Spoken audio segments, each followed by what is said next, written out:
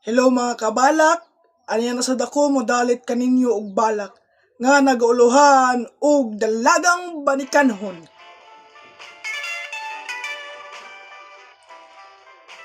Narikuyog kanako ning taas kong pagbaklay. Hangga pa ang kalabas sa bukid nung huyuhoy. Ukawa ang kalimot nga nagbukot sa kalaay. Kay hulipan kong diwa nga nagloob sa kakapon. Banikanhong katahom langit sa magdadagang. Di nang huni mao'y matinood anong tanyag. Panuni sa kasapaan sa mabato gisapwang. Nakigambit sa hangin sa madaw kung nag-auhag. Unya pamationg awit sa dalagang banikanhon. Ingon man ang nagsibaw nga tingog sa gitara. Ang tanan nag-umol sa yas nga bililhon.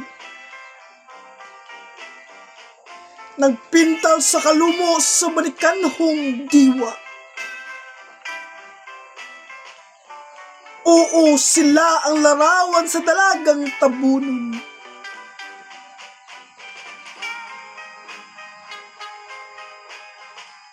Mga anak sa buhat kalipay magbabaol.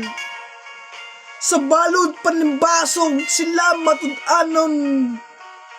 Ingon sa walay gumaran, ingon sa walay katapol.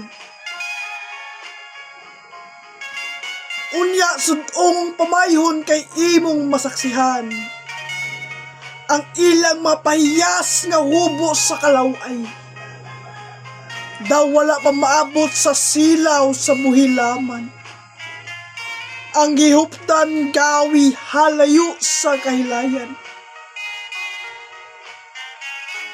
Ngari ko yung kanako kay dia ang katahom. Salamin sa kaligdong nga walay magtakuban. Tutoki ang sinapit nga nangalimyon sa kadlawon. Tutoki ang pamisti nga lahi sa kabaguhan. Unya buksi ang tanlag sa mundulutong pagsudong. Ubatiya ang kahusay sa kinabuhing bukid nun. Mausla ang kalainan sa ilang dulong. Kaysa bukid walay gayoy ang malaw-ay nga pamayhon. Mga kabalak, pwede na ka mo mag-send o balak sa atong messenger account o ako kining pagkabasahon. Ayaw kalimti ang pag-like, comment ug share sa atong video. Daghan-daghan kayong salamat sa inyong suporta. Bye-bye!